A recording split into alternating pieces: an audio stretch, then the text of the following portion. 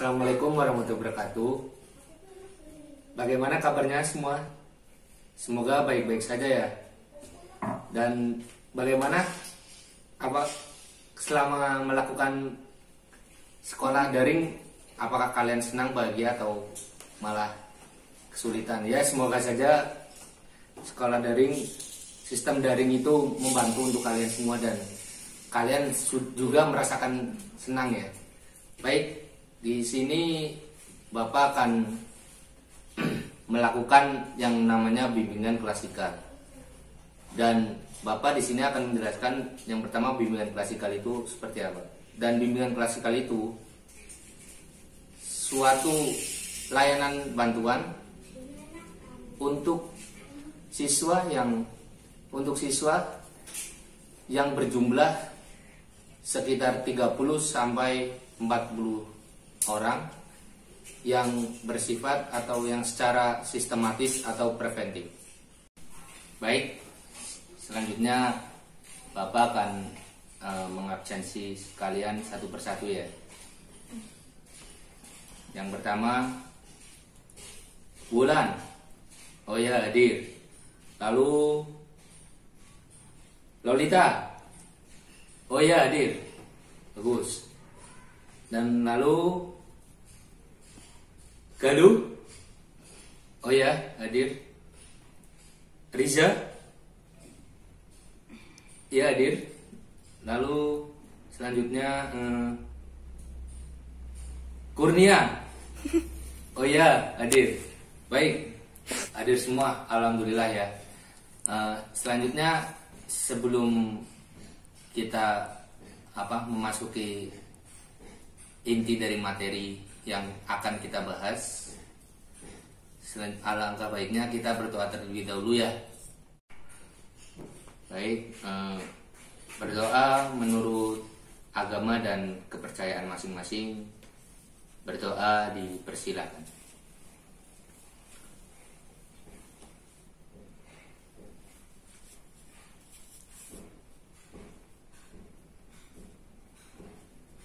Selesai. Ya, baik. Selanjutnya di sini Bapak akan menjelaskan tentang inti dari materi yang akan kita bahas ya. Baik, di sini Bapak akan memberikan materi dengan judul membiasakan diri belajar dengan menggunakan daring atau secara daring ya. Baik, di sini judul membiasakan diri belajar menggunakan atau secara daring. Di sini ada beberapa sub yang Bapak akan bahas. Ada 4 sub yang Bapak akan bahas. Dan yang pertama, pengertian belajar secara daring itu apa. Dan yang kedua, sumber aplikasi daring yang bisa diakses itu apa aja. Dan yang ketiga, manfaat belajar secara daring. Dan yang terakhir, hambatan-hambatan menghadapi pembelajaran secara daring. Baik, yang pertama, pengertian belajar dengan daring. Pengertian belajar dengan daring itu metode belajar yang menggunakan model interaktif berbasis internet dan learning management system. Di sini pembelajaran secara daring itu masih dibutuhkan karena pembelajaran secara daring ini mungkin bagi pemerintah masih dibilang efektif karena sedang berada dalam kondisi seperti ini, pandemi COVID-19 ya, atau COVID-19 yang tujuannya supaya tidak menyebarkan wabah tersebut. Untuk semua sekolahan atau SD, SMP, SMA itu harus belajar di rumah atau lewat rumah, dan guru tersebut memberikan pengajarannya dengan secara daring. Baik, selanjutnya yang kedua, sumber aplikasi daring atau sumber aplikasi yang bisa digunakan oleh para guru untuk melakukan pembelajaran secara daring. Yang pertama Zoom. Zoom di sini ada beberapa sumber, ada 4 sumber yang Bapak tuliskan di sini. Yang pertama Zoom, lalu Google Classroom, dan yang kedua via WhatsApp, dan yang ketiga Office 365. Yang pertama Zoom. Di sini Zoom aplikasi yang seperti untuk pembelajaran seperti tatap muka atau live secara langsung bertatapan muka dengan guru-guru kalian, dan intinya secara video ya, bukan secara chat atau apa. Lalu Google Classroom dan WhatsApp. Di sini Google Classroom dan via WhatsApp itu hampir sama. Karena di sini Google Classroom dan WhatsApp intinya itu kita harus ya intinya lewat chat aja dan bisa mengirimkan tugasnya itu melalui apa namanya, data ya, atau file yang dikirimkan di Google Classroom atau via WhatsApp. Baik. Dan yang ketiga, manfaat belajar secara daring. Di sini Bapak menuliskan 2. Yang pertama, manfaat belajar secara daring. Yang pertama, kapasitas belajar siswa lebih banyak. Dan yang kedua, membantu menjaga perilaku disiplin. Maksud dari kapasitas belajar siswa lebih banyak itu, di sini sebelumnya kalian kalau belajar di kelas secara langsung, pasti kalau dikasih tugas itu kalian harus tepat waktu, maksudnya udah ditentuin berapa menit atau berapa jam gitu. Dan di sini untuk manfaat daring ini untuk kapasitas belajar siswa itu bisa menambahkan belajar kalian di rumah, seperti ya intinya kayak seperti disuruh membuat tugas, pasti akan pasti waktunya lebih banyak, waktu pengumpulannya atau lama. Dan kapasitas belajar siswa lebih banyak itu semua seperti biasanya kalau reguler atau sekolah di belajar di sekolahan itu kan semua satu mata pelajaran itu belajar dengan waktu 2 jam atau 3 jam. Dan secara daring biasanya terkadang langsung dikurangi secara gratis, seperti sekitar 1 jam sampai 2 jam saja. Baik, selanjutnya yang kedua dari manfaat belajar secara daring, membantu menjaga perilaku disiplin. Yang dimaksud membantu menjaga perilaku disiplin, di sini manfaat belajar secara daring juga memberikan kesempatan bagi para siswa untuk menjaga perilaku baik melalui interaktif sosial dengan guru maupun teman-teman kelasnya ya, atau sekolahnya. Selain itu, sistem ini atau aplikasi secara daring ini juga dapat menjaga sikap bertanggung jawab ketika dimintai mengerjakan tugas-tugas yang diberikan guru kepada kalian semua. Seperti bertanggung jawab, berarti kalian di sini tuh disuruh menjaga sikap tanggung jawab kalian untuk selalu mengerjakan tugas walaupun tidak tatap muka kepada guru kalian. Biasanya kan terkadang tugas di sekolah aja tatap muka kalian kadang males mengerjakan, tapi tetap dikerjakan ya karena di situ ada guru. Dan di sini kalian harus menjaga sikap tanggung jawab kalian karena kalian di sini melalui secara daring. Secara daring berarti kalian tidak harus selalu tatap muka atau bertemu kepada guru kalian. Berarti kalian itu jangan terlalu malas-malasan lagi selalu apabila diberikan tugas-tugas oleh guru kalian harus dikerjakan. Soalnya kalian sekolah itu juga untuk masa depan kalian juga. Baik, dan sub yang terakhir, hambatan-hambatan menghadapi pembelajaran daring. Di sini Bapak menuliskan 2 ya. Dan yang pertama bentar. Yang pertama hambatan pertama kuota, dan yang kedua jaringan internet bermasalah. Di sini siswa selalu mengeluh kalau soal untuk kuota ya.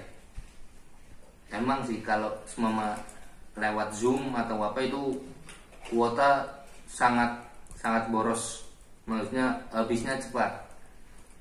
Karena via video, bukan chat biasa atau seperti Google Classroom dan WhatsApp. Itu minimalis dan menyedot kuotanya itu terlalu lebih sedikit ketimbang Zoom, seperti Zoom. Dan yang kedua, jaringan internet bermasalah.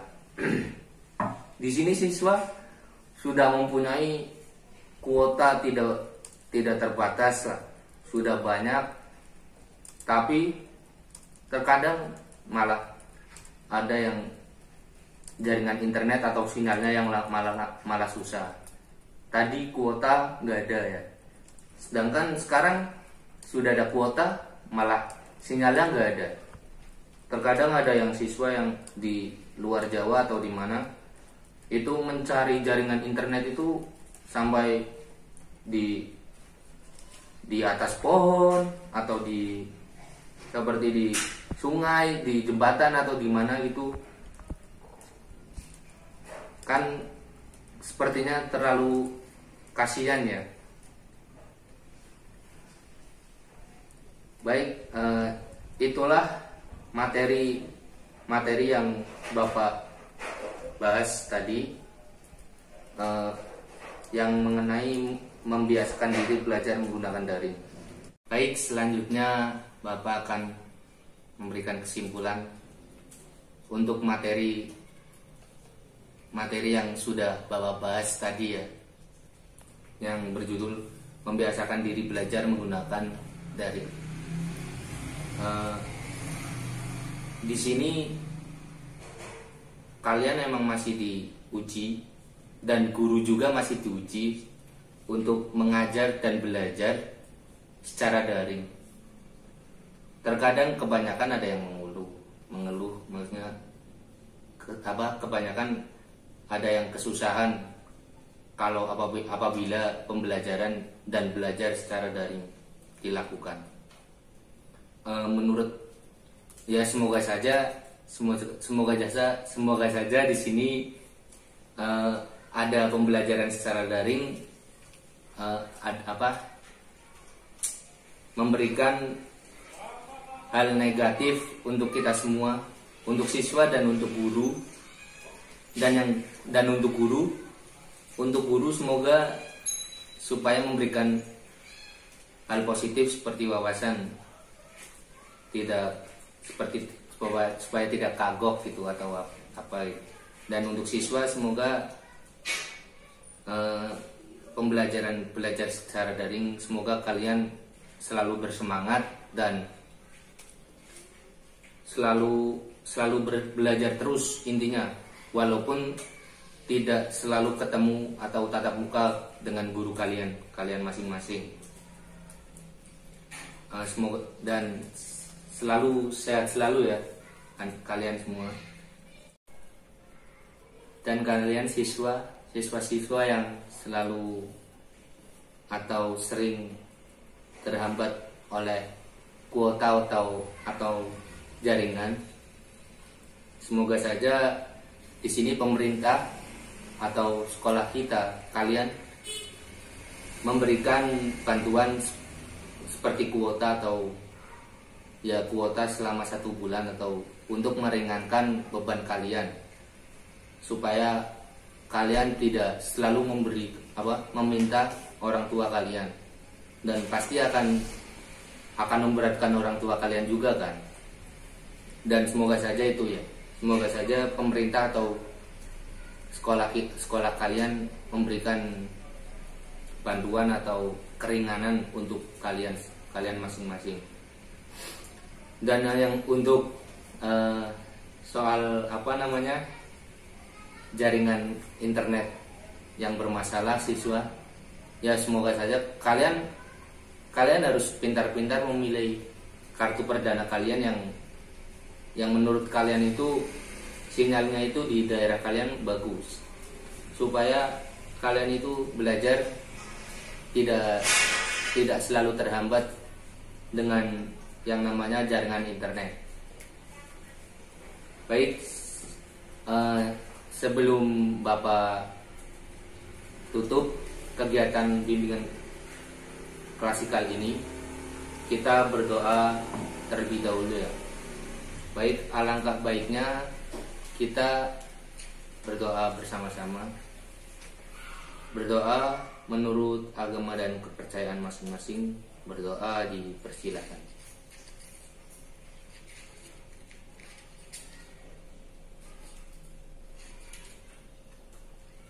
Selesai. Terima kasih untuk kalian semua, siswa-siswa atau guru-guru. Selalu semangat, intinya selalu semangat terus dalam pandemi seperti ini. Kita harus mematuhi pemerintah kita, maksudnya mematuhi protokol kesehatan. Apabila pemerintah memberikan ketentuan supaya tidak melakukan sekolah atau pembelajaran secara tatap muka, kita secara daring saja tidak apa-apa. Ya, semoga saja pandemi seperti ini cepat hilang dan kita semua bisa belajar di kelas lagi ya. Terima kasih untuk kalian. Bapak tutup. Assalamualaikum warahmatullahi wabarakatuh.